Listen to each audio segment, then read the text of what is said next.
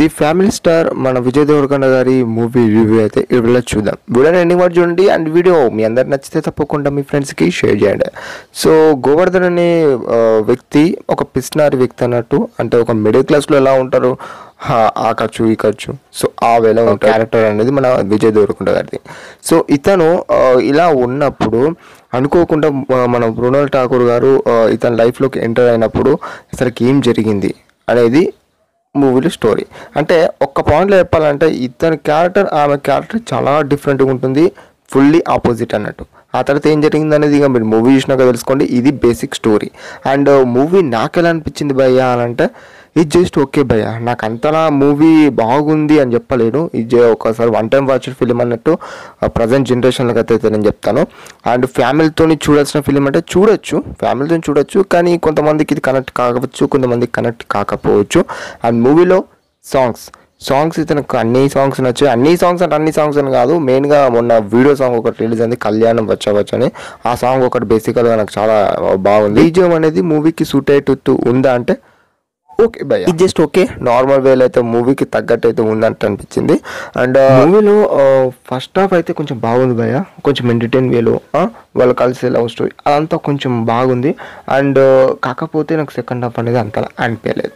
Like ఏంటంటే చాలా loop holes ఉన్నాయి మూవీలో. సెకండ్ హాఫ్లో కొంచెం మాట్లాడితే అంటే కొంచెము అంత ఎంగేజింగ్ బాగా సాగదీశారు అన్నట్టు ఒక వేలో అనిపించింది నా ఒపీనియన్ చెప్పాలంటే.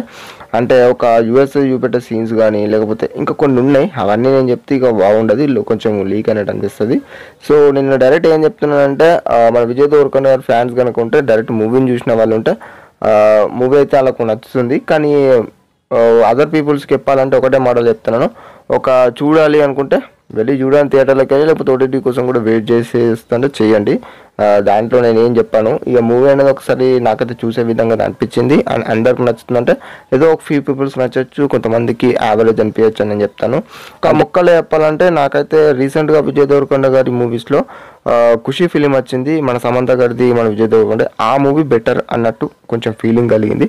ఇది కూడా బాగానే ఉంది. ఈ రెండు దాంట్లో కంపేర్ చేస్తే నాకు ఆ మూవీ కొంచెం ఓకే, అది మొత్తం లవ్ స్టోరీ మీద డిపెండ్ అయి ఉంటుంది, ఇది కొంచెం family love and irritation, so ఈ వేలో కొంచెం ఉంటుంది అన్నట్టు.